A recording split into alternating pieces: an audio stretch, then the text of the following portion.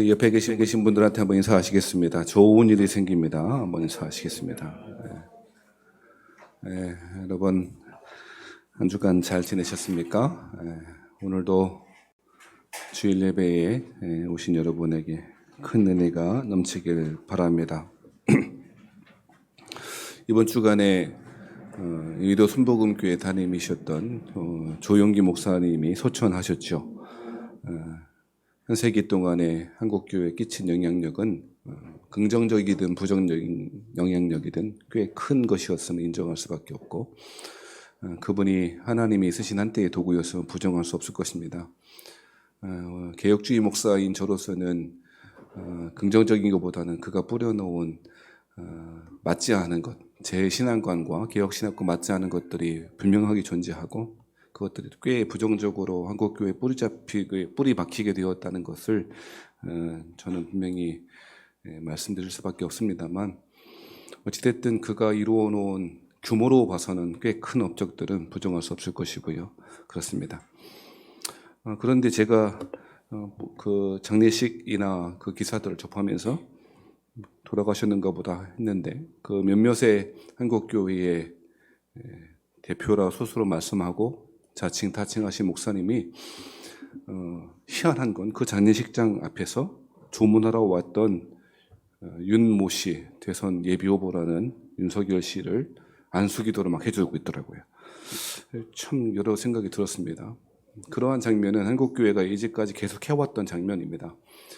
권력에 가깝거나 혹은 권력의 중심에 서 있는 대통령들에게 앞다투어 조찬 기도회를 열어주고 그들을 위해서 축복 기도해주고 안수 기도해주는 것은 있어 왔었던 일입니다만, 아직도 권력에 그렇게 줄을 대고 싶어하는 그들의 참을 수 없는 권력욕들은 저에게는 굉장히 모욕적으로 느껴지고, 꼭 그렇게만 해야 되는가. 누군가를 축복해 주는 것은 나쁜 일이 아니겠습니다만, 왜 그러한 목사님들이 선지자적인 역할을 하지 못하는가? 왜 하나님의 나라를 위해서 잘못한 것을 지적하지 못하는가? 그런 생각도 많이 들게 되었습니다. 한 사람이 죽게 되면 그 사람을 추억하는 방식은 여러 가지 방식이 있을 것입니다. 어떤 사람들은 그들의 좋은 면만을 긍정적으로 드러내고 싶어 할 것이고, 어떤 사람들은 공과 과를 공정하게 이야기하는 것이 오히려 그분을 추억하는 일이라고 생각할 것입니다. 대부분의 경우 어떤 사람이 소천하시거나 죽었을 때 그 사람의 평가는 긴 문장이 아니고 몇 가지 단어로 묘사되죠. 그렇죠? 우리도 그럴 겁니다. 우리가 만약에 우리의 이 땅에서의 사명이 끝나 하나님 앞에 갔을 때는 우리의 후손들, 우리의 자녀들, 우리의 가족들은 우리 자신을 보고 한마디로 그렇게 이야기할 것입니다. 언젠가 그 묘비명을 본 적이 있었는데, 인상 깊었던 묘비명은 한평생 성실 하나로 살아온 아내라고 그렇게 쓰여진 묘비명을 보게 되었습니다. 아마도 아내라고 하는 명칭을 쓴 것 보니 남편 되시는 분이 먼저 간 아내에 대하여 그렇게 썼던 것 같더라고요. 꽤 근사한 묘비명이었다 싶었습니다. 한평생 성실하게 살아왔던 아내.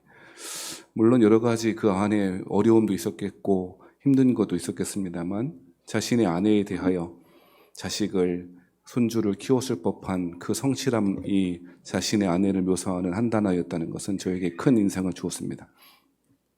누군가를 추억하는 방식은 꽤 중요합니다. 어떻게 추억해야 하는 것도, 방식도 중요하고 추억하는 내용도 중요할 것입니다.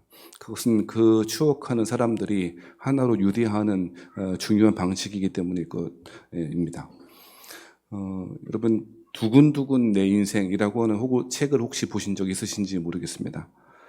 자꾸 책을 소개해서 부담 가지시진 마시고, 읽으면 좋겠지만 안 읽는다고 처벌할 수 없으니 좀 제가 갖고 왔는데, 두근두근 내 인생, 김애란이라고 하는 분이 쓴 책입니다.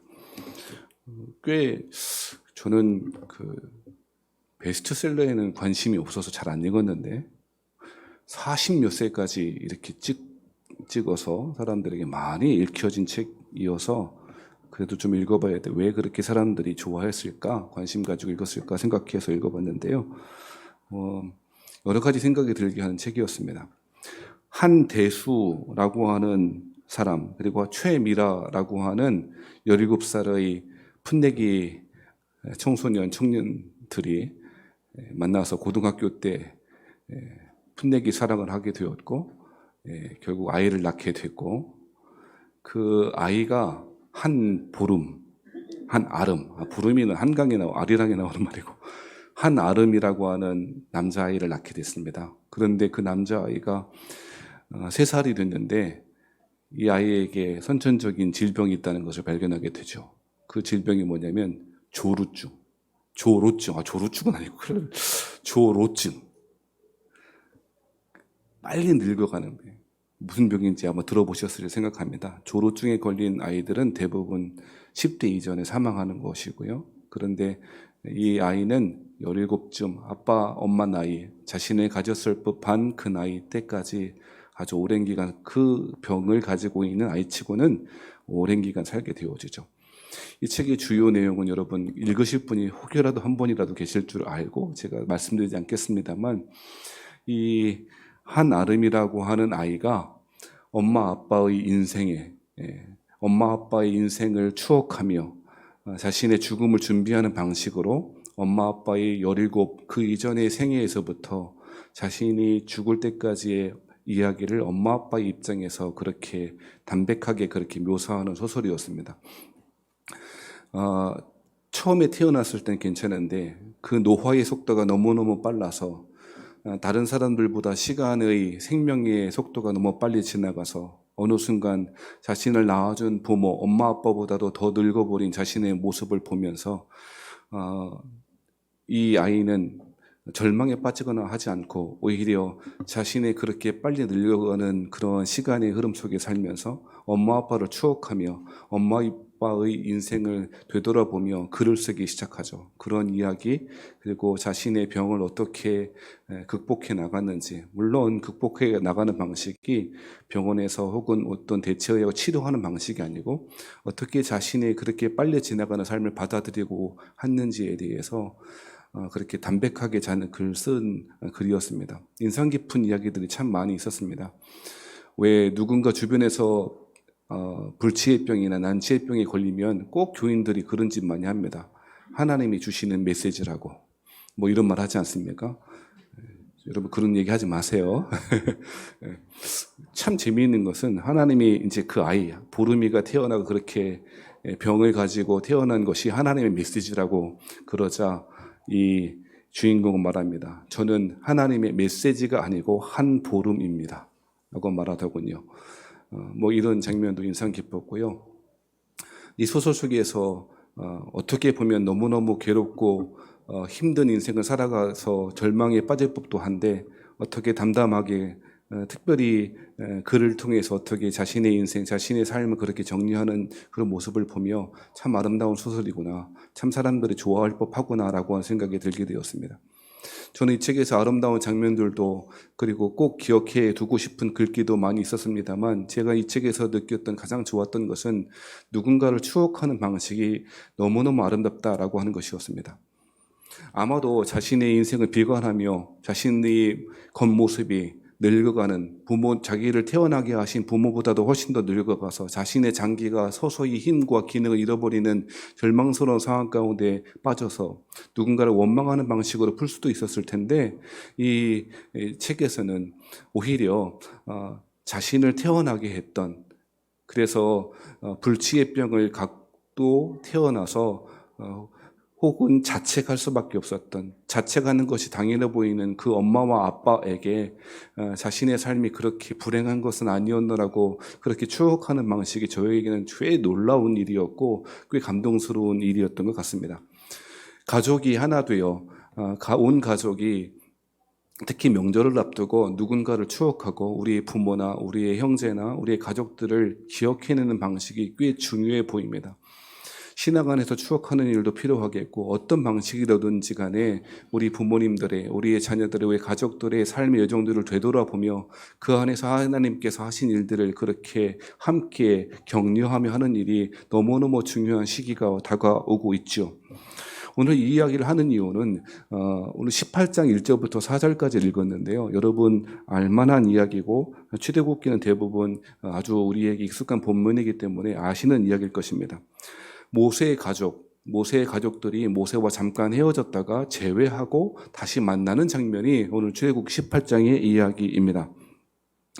18장 2절 말씀에 보면 이렇게 말하지 않습니까? 모세의 장인 이드로가 모세를 돌려보냈던 그의 아내 십보라와 그의 두 아들을 데리고 왔으니 라고 말하죠.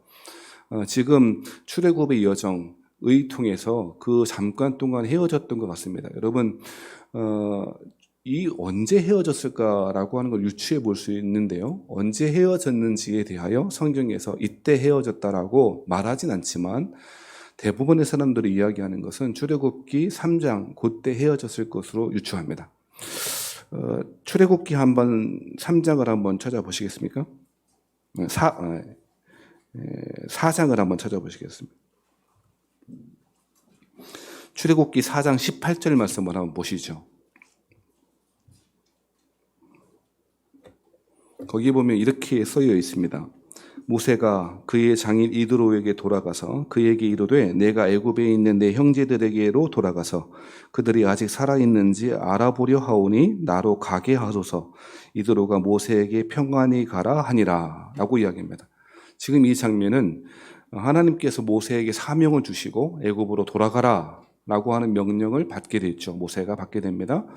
그런 다음에 이 모세는 자신의 장인에게 이드로에게 이제 돌아가겠다, 애굽으로 돌아가겠다라고 하는 이야기를 하게 되죠. 그래서 사실은 원래는 모세의 가족들이 함께 다 애굽으로 돌아가려고 했었던 것 같습니다. 그런데 무슨 일이 벌어지죠? 24절 말씀에 보면 4장 24절 말씀에 보면 모세가 길을 가다가 숙소에 있을 때에 여호와께서 그를 만나사 그를 죽이려 하신지라. 여러분 이 사건 무슨 사건인지 잘 아시죠? 왜 하나님께서 모세를 죽이려고 하셨을까요? 여러분, 이 굉장히 큰 문제죠. 하나님께서 바로 얼마 전에 모세를 사명자로 부르셨는데 출발하는 그 여정에 하나님께서 모세를 죽이시려고 했다는 거예요.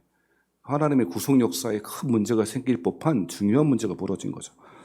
자, 그 이유가 무엇이었죠? 25절에 보면 유추해 볼 수 있는데 모세의 아내였던 십보라가 돌칼을 가져다가 그의 아들의 포피를 베어 그의 발에 갖다 대며 이르되 당신은 참으로 내게 피남편이로다 라고 이야기하죠. 피남편이다라고 하는 이 말씀을 해석하는 게 꽤 어렵습니다. 그래서 해석이 분분한데 쉽게 이해하려면 피남편이다라고 하는 말은 피를 섞은 남편입니다 라고 하는 우리 말의 뉘앙스에 따라 번역해 보자면 이제 진짜 내 남편이지 뭐 이런 정도의 번역으로 이해하시면 좋겠습니다. 하나님께서 길을 가던 도중에 즉 애굽으로 가던 도중에 모세를 죽이시려고 했던 이유는 모세의 두 아들에게 할례를 행하지 않았고 그것 때문에 하나님께서 그렇게 하셨다는 것입니다. 왜 그렇게 하셨을까 더 깊이 이야기는 다루지 않겠습니다만 할례 문제 때문에 하나님 그렇게 하셨다는 것은 분명해 보이죠. 그래서 십보라가 그 자리에서 아들의 포피를 뱉다는 거예요. 이스라엘 사람은 난지 8일 만에 할례를 하지 않습니까? 그래서 모세가 강물에 떠내려갈 때에 그 애굽의 시종들과 이제 사람들이 그 바구니를 발견하자마자 이 사람은 히브리 사람이다 라고 했잖아요. 그렇죠? 뭘 보고 알았을까요? 그 남자아이의 성기를 보고 알았겠죠. 할례를 행한 그 자국을 보고 알았을 거예요. 그러니까 이스라엘 사람들은 히브리 사람들을 할례하는 것이 자신의 언약 백성으로의 정체성을 가지고 있는 문제이죠. 근데 이 모세는 할례를 행했음이 분명한데요. 이 본문에 의하면 이 모세의 두 아들들은 할례를 행하지 않았던 것으로 보이고 꽤 오랜 동안 그렇게 지내왔던 것으로 보여집니다. 그래서 이 사실을 누가 알았어요? 십보라가 알은 거예요. 그래서 바로 할례를 표피를 돌칼로 뱉다는 거예요. 그러면 자 보세요. 십보라가 그렇게 했다는 것은 자신의 가정에 모세와 십보라와 게르솜과 엘리에셀의 그 가정에 할례 문제가 항상 중심의 문제로 있었다는 사실을 보여줘요. 그게 별거 아닌 문제였다면 하나님 왜 이렇게 하시지?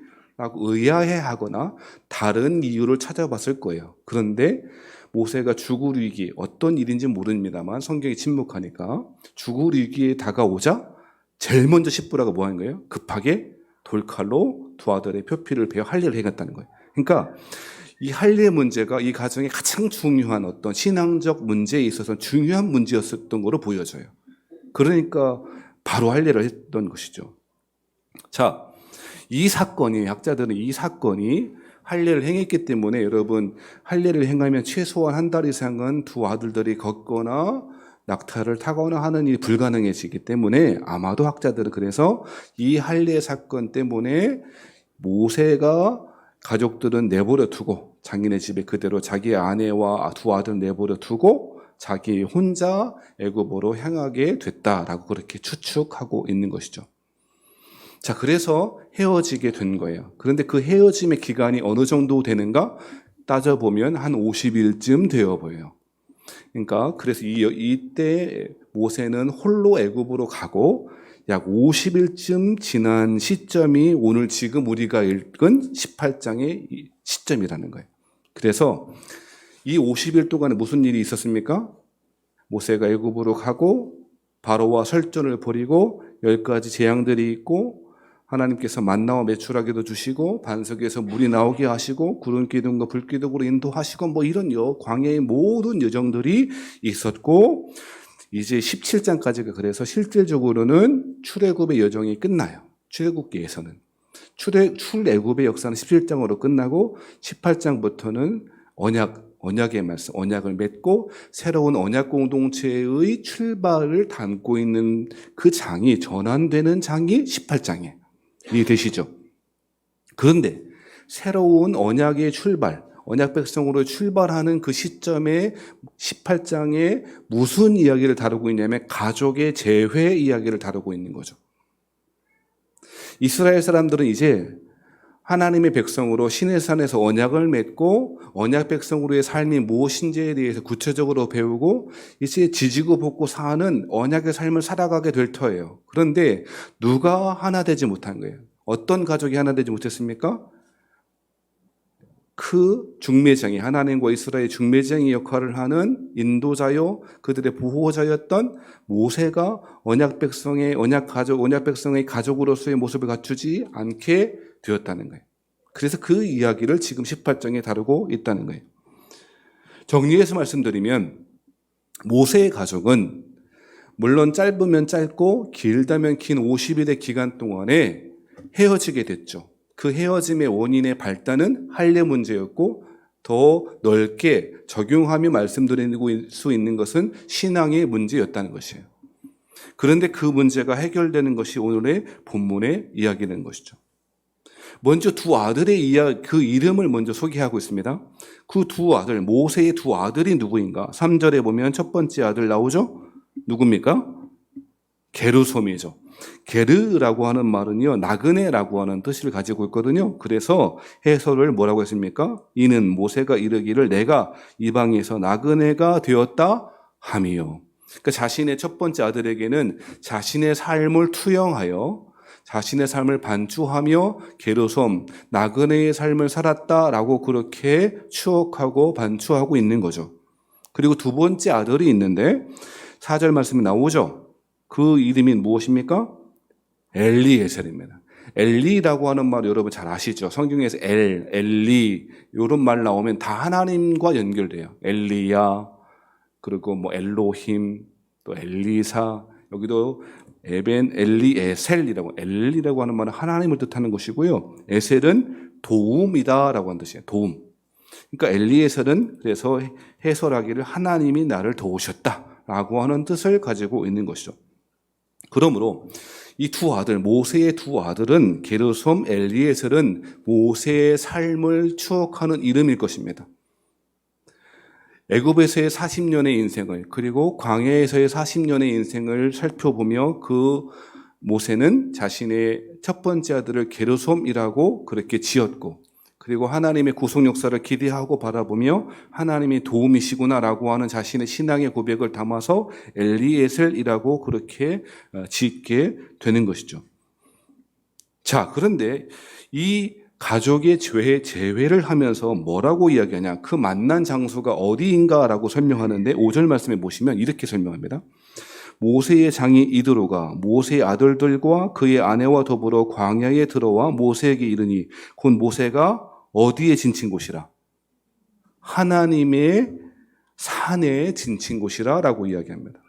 이것은 꽤 의미 있어 보입니다. 특별한 지명, 고유명사인 지명, 즉 호렙산이라고 하기도 하고 시내산이라고 하기도 하는 산 지명을 부르지 않고 무슨 산이라고요? 하나님의 산이라고 이야기하고 있다는 것입니다. 왜 이렇게 이야기할까요? 그 이유가 있는데 그것은 하나님께서 모세를 처음 부르실 때 하신 말씀, 그 말씀에 대한 성취 때문인 것입니다. 하나님 뭐라고 하셨을까요? 내가 네 백성들, 그 열방의 백성들이 이 산에서 나를 예배하리라 라고 하는 말씀을 주셨고 그것이 출애굽의 목적이라고 모세에게 설명을 이미 했어요. 예언적 성격을 가진 거죠. 그러니까 이 본문의 말씀은 그저 가족의 재회를 뛰어넘어서 하나님의 산, 하나님의 임재해 계시는 그 산에서 하나님의 언약 백성의 출발이 되어지는 시점이고 모세 가족들을 통하여 처음에 모세에게 주셨던 그 말씀이 성취되는 본문이라고 이야기하고 있는 것입니다. 자, 그런 가운데 이 백성들, 이 모세의 가족들이 하는 일들을 오늘 6절부터 기록하는데요. 이렇게 말합니다. 6절 보세요. 그가 모세에게 말을 전하되 네 장인 나 이드로가 내 아내와 그와 함께한 그의 두 아들과 더불어 내게 왔노라. 그러면서 7절에 모세가 어떻게 합니까? 나가서 그의 장인을 맞아 절하고. 사위들은 오늘 이번에 추석에 가시면 장인을 맞아서 절하고 그렇게 하실 텐데요. 절하고 그에게 입 맞추고, 이건 좀 거시기 하네요. 이건 문자대로 적용하기는 어렵겠습니다. 맞아 절하고 그에게 입 맞추고 그들이 서로 문안하고 함께 장막에 들어가서, 자, 이제부터가 중요한 말씀인데, 자, 이거는 아마 그 히브리 사람들, 베두인들, 유목민들의 어떤 습관을 보여주는 말일 테고 지금부터 중요한 말 나옵니다. 8절에 뭐라고 이야기합니까? 모세가 어떻게 합니까? 모세가 여호와께서 이스라엘을 위하여 바로와 애굽 사람에게 행하신 모든 일과 길에서 그들이 당한 모든 고난과 여호와께서 그들을 구원하신 일을 다 그 장인에게 뭐 했대요? 말하며. 뭘 말했답니까? 모세는 지금 자기의 장인이었고 장인이고 그리고 자기의 아들 2명에게, 어쩌면 십보라를 포함해 모든 가족들에게 이제까지 그 기간 동안에 한 50여 일 되는 그 기간 동안에 하나님께서 어떻게 바로의 손에서 이스라엘 백성들을 구원해 내셨는지를, 하나님의 구속의 역사를, 구원의 역사를 이야기하고 간증하며 또한 그들이 광야 기간 동안에 당했던 여러 가지 숱한 고난과 어려움들을 말하고 있었다는 것입니다. 사실 이 미디안 제사장이라고 표현되어 있는 모세의 장인 이드로는 이미 소문으로 하나님의 하신 일들을 들었습니다. 18장 1절에 보면 중요한 단어가 나오는데 18장 1절에 이렇게 이야기합니다. 모세의 장인이며 미디안 제사장이 이드로가, 여러분 미디안이라고 하는 사람은요, 원래 아브라함의 처 구두라라고 하는 사람이 있는데요, 첩입니다. 구두라와 사이에서 낳은 사람이, 자녀가 미디안이고 그 사람의 후손이 미디안 족속이에요. 오늘날 지금도 팔레스타인 지방에 떠돌고 있는 베두인 족속들, 그 사람들이 바로 이런 미디안 족속이고요. 이 미디안 족속이 힘을 가장 많이 얻고 권세를 얻었던 때가 사사기 시대예요. 여러분, 미디안의 사사기 시대에 미디안과 싸웠던 사람 있죠? 누굽니까? 세 글자입니다. 기시입니다. 기드온, 네, 바로 그 사람. 그때 사사기 시대에 굉장히 강성했었고요. 그 뒤로는 그렇게 흩어져 있는 그런 사람은 힘을 얻지 못한 그런 사람이, 아무튼 이 미디안 족속의 제사장이었던, 그러니 이방의 습속과 이방의 정서와 이방의 종교에 깊이 세례받은 이 미디안 제사장인 이드로가 뭐라고 이야기합니까? 하나님이 모세에게와 자기 백성 이스라엘에게 하신 일, 곧 여호와께서 이스라엘을 애굽에서 인도하여 내신 모든 일을 뭐 했답니까? 들었답니다. 정리해 보면 헤어졌던 기간 동안에 아마도 이 장인은 꽤 근심하거나 염려했을 것입니다. 어쩌면 잘 됐다 싶었을 것입니다. 뭘 염려했냐? 첫 번째로는 이 모세가 지금 자기가 뭐라고 지금 애굽의 왕궁에 가서 바로한테 간다 그러고 이스라엘 사람들, 히브리 사람, 셈족 전체를 다 끄집어내서 출애굽시킨다고 말하는데 미친 것 아니냐. 그런데 이 사람이 모세의 의지가 너무 확고한 거예요. 완전히 미쳤는데 자기가 볼 때, 장인의 입장에서 볼 때 미쳤는데 가겠다는 거예요. 그래서 어쩔 수 없이 마지못해 보냈는데요. 중간에 돌아왔네. 뭐 때문에 돌아와요? 피난편인 할례 사건들 때문에 자기의 손주들이 못 가는 거예요. 속으로 어떻게 했어요? 잘 됐다 싶었겠죠. 잘 됐다. 이 기회에 가만히 있으라. 아마도 처음에는 염려했다가 자신의 딸 십보라와 손주들이 돌아오는 것을 보면서 아이고 잘 됐다. 그래. 이 먼 길, 그 위험하고 그 말이지 하나님이 누군지도 모르겠는데 여호와라고 이름하는 그 신 따라가지 말고 내 안전한 가정 가운데 잘 살아라고 하는 어쩌면 근심과 함께 모세를 향한 근심, 그리고 어쩌면 자신의 손주와 자신의 딸에게 대한 안도의 한숨을 쉬고 있을 그 상황 가운데 이 이드로가 주변에 퍼져 있고 이제 숨길 수 없는 이야기를 듣게 된 거죠. 어떤 이야기요? 하나님이 어떻게 구원하셨는지, 애굽을 어떻게 이기셨는지, 어떻게 그 수많은 사람들이 홍해바다를 건너오게 됐는지에 대한 이야기를 들은 거예요. 그때에 이 이드로와 그리고 처음 갈등했었을, 사실 십부라도 갈등했었다 그랬잖아요. 아니, 내 아들이 미디안 사람이고 할례 행하는 것이 우리의 지금 미디안 사람들 습속과도 안 맞고 습관과도 안 맞는데 왜 꼭 내 아들, 자기 아들만 되나? 내 아들도 되지. 게르솜 엘리에셀한테 왜 할례를 행해? 자기가만 잘 믿지? 라고 하는 그런 근본적인 여러 가지 문제 가운데 있었던 십부라가 들은 거죠. 하나님의 구원의 말씀, 하나님의 구속하신 사건을 들은 거죠. 아마도 직접 보지 못했으니 소문으로 숨길 수 없는, 부정할 수 없는 소문을 다 듣게 된 것이고, 찾아왔을 때에 사막으로 광야로 모세를 물어물어 찾아왔을 때에 제일 먼저 모세에게 들었던 말도, 듣고 싶었던 말도 바로 그것이었습니다. 그것이 8절인 거죠. 소문으로 들었던 그 말씀, 하나님이 어떤 하나님이며 어떻게 구원하셨는지에 대한 그 이야기를 소문으로 들었던 말씀을 구원의 당사자이고 주인공인 자신의 사위인 모세를 통하여 하나님의 구속의 역사를 지금 듣고 확인하고 있는 거죠. 여러분, 이거 굉장히 비슷한 장면들이 여호수아 2장에서 재현됩니다. 여호수아 2장에 보면 한 여인이 등장합니다. 라시입니다. 누굽니까? 라합. 기생 라합. 여러분, 여리고성 정탐꾼을 보내는 정탐꾼이 어리숙해갖고 잡혔잖아요. 그렇죠? 여리고 사람이 잡힐 뻔했죠. 그때에 당시 여리고성의 성전 창기였던 이 라합이 기지를 발휘해 숨겨주고 한 말이 뭡니까? 하나님께서 당신 이스라엘 사람들을 어떻게 구원하시는지를 내가 들었노라고. 그러면서 하나님이 참 하나님인 것 같다고. 그리고 나랑 약조하라고. 하나님의 사람들이 하나님께서 이 여리고성을 점령하실 때에 구원해 달라고 요청하지 않습니까? 똑같은 사건이 바로 얼마 후에 광야 40년 지난 후에 똑같이 재현되는 것이 여호수아 2장에 재현되고 있죠. 무슨 이야기입니까? 하나님께서 이제 출애굽 역사를 마치면서 새롭게 언약 백성으로, 언약의 공동체로, 언약 가족의 공동체로 새롭게 출발하시면서 모세의 가정의 이야기를 하시는 이유는 육신적으로 하나 되어 그저 육신적으로 혈통적으로 하나 되는 것뿐 아니라 하나님을 알고 주의 말씀의 소문을 어떤 방식으로 듣고 그 하나님을 알고 경험하여 그 말씀으로 하나 되는 가족이 진짜 가족이고 그것이 하나님이 원하시는 가족이라고 설명하는 것입니다. 사랑하신 여러분, 사실 명절 앞두고 가족들이 모이면 그렇게 할 말이 많이 없습니다. 그러니 그 어색함을 달래기 위해서 서로 핸드폰을 하거나, 그리고 해봐야 뭐 앉아서 그냥 꽃놀이를 하시던가 이런 거 외에는 그렇게 별다른 일을 하지 않습니까? 오히려 함께 신앙생활을 오래 했던 교우들이 만나면 또 할 말이 있어요. 제가 지금도 이해 안 되는 말, 지금도 이해할 수 없는 말이, 1시간을 전화한 다음에 끝난 다음에 뭐라고 말합니까? 자세한 이야기는 만나서 해.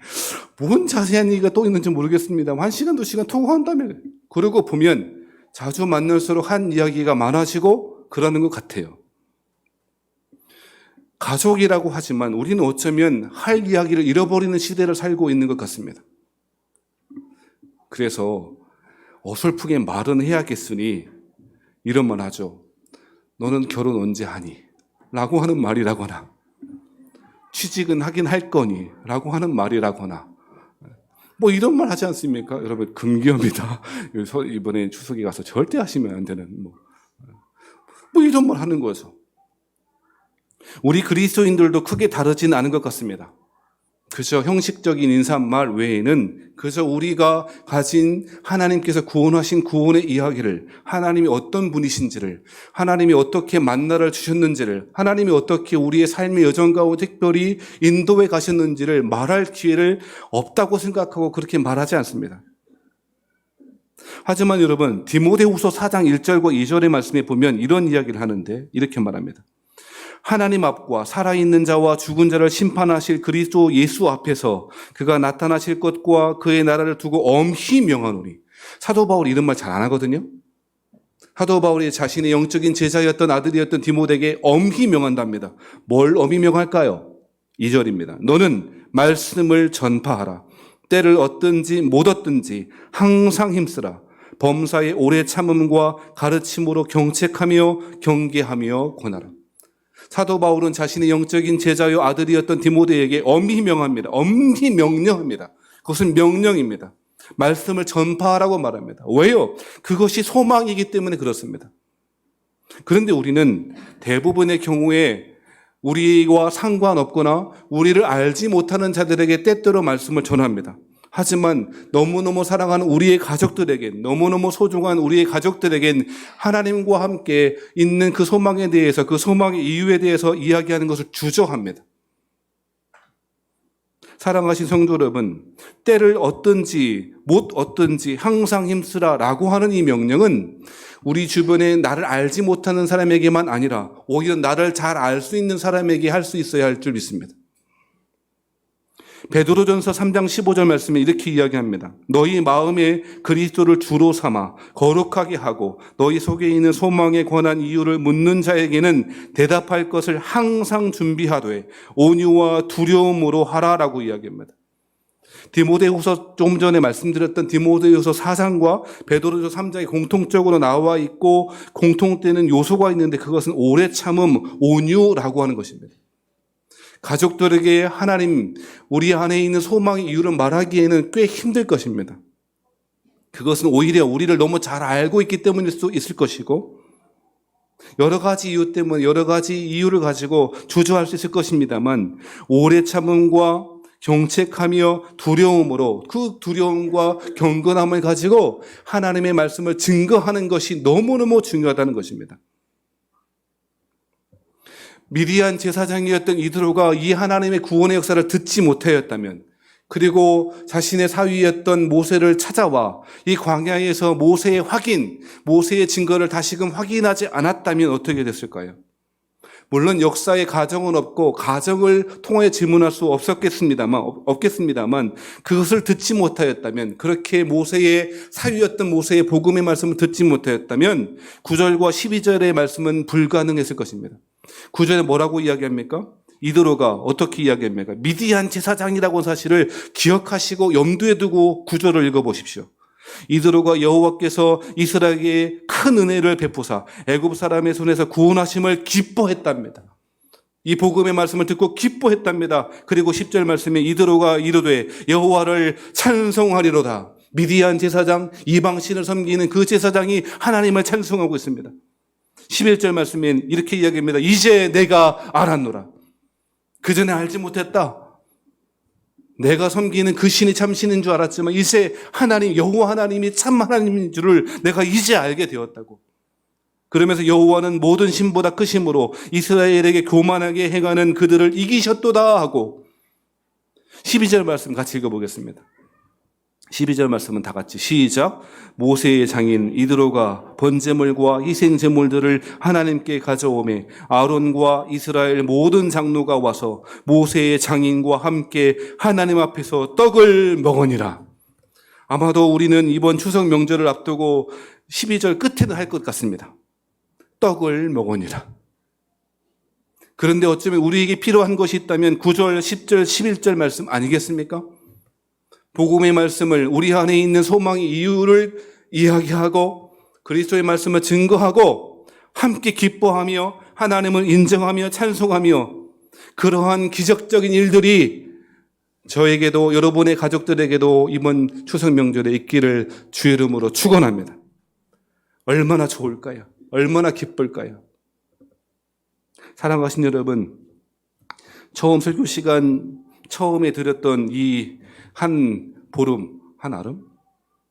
좀 헷갈리네. 이 아이의 이야기를 다시금 생각해 보면 좋겠습니다. 사랑하신 여러분, 오늘 이제 명절에 우리는 우리의 부모님을, 우리의 가족들을 추억할 것입니다. 어떤 방식으로 추억할 것입니다. 그런데 이 책에서 마지막에 이렇게 이 중간에 이런 이야기를 하더라고요. 제가 짧으니까 잠깐 인용하겠습니다. 이 아이가 죽음을 앞두고 있는 이 아이가 이렇게 말합니다. 하지만 가끔은 우리가 하느님이 아니라서 좋은 점에 대해 생각해요. 세상에 하느님만 할 수 있는 일이란 게 따로 있다면, 정말 그렇다면 거꾸로 인간만이 할 수 있는 일도 따로 있지 않을까 하고요. 그게 결코 하느님을 능가할 만한 일은 못 되더라도 하느님도 부러워할 만한 몸짓들이 인간 사이에 존재하는 게 아닐까 하고요. 여러분, 이 주인공 이 아이는 죽음을 앞두고 하나님만이 할 수 있는 일은 나는 못하는 일이니 신경 쓰지 않겠다고, 상관하지 않겠다고 말합니다. 그 대신 인간만이, 하나님만이 할 수 있는 일이 있다면 사람만이 할 수 있는 일도 있지 않을까요? 라고 그렇게 이야기합니다. 그러면서 자신의 삶을 시시각각 다가오는 늙어 죽는 것, 굉장히 제가 생각할 때는 비참할 것 같아요. 점점 자신의 모습이 할아버지의 모습으로. 그래서 나중에는요, 이 아이는요, 친구가 있는데요, 옆집에 장씨 할아버지 친구예요. 겉모습은 똑같으니까. 아무튼 그렇게 자신의 삶을 살아가며 이 아이는 오히려 하나님만이 하실 수 있는 일이 있다면 사람만이 할 수 있는 일도 있을 거라고 그렇게 말하고, 자식의 죽음을 시시각각 맞고 있는 이 한대수와 엄마 최보람? 계속 이름이 헷갈리네. 그 엄마 아빠에게 자신의 삶을, 어머니의 삶을 그렇게 담백하게 기록함으로써 자신을 추억하도록 오히려 자신의 삶 가운데 그 부모를 추억하게 되고 있는 것이죠. 살아가신 성도 여러분, 오늘 추석 명절을 앞두고 여러 가지 분주하고 마음도 바쁘고 몸도 바쁘고 고민되고 여러 가지 그런 생각이 드실 것이라 믿습니다. 하나님 오늘 본문의 말씀을 통하여 하나님의 백성들이, 사람이 할 수 있는 일이 있다고 말합니다. 우리 안에 있는 소망의 이유를 함께 나누고, 모세의 가족이 미디안 제사장이었던 이드로와 더불어 십보라와 자신의 두 아들이 함께 모여 하나님 앞에 예배하며 하나님 앞에 함께 기뻐하며 찬송 부르며 함께 떡을 먹었던, 진심으로 영적인 하나된 가족이 되었던 이 은혜의 역사가 저에게도 여러분의 가정에도 이루어지기를 주의 이름으로 축원합니다. 복되고 행복하고 아름다운 추석 명절 되시기를 주의 이름으로 축복합니다. 기도하시겠습니다.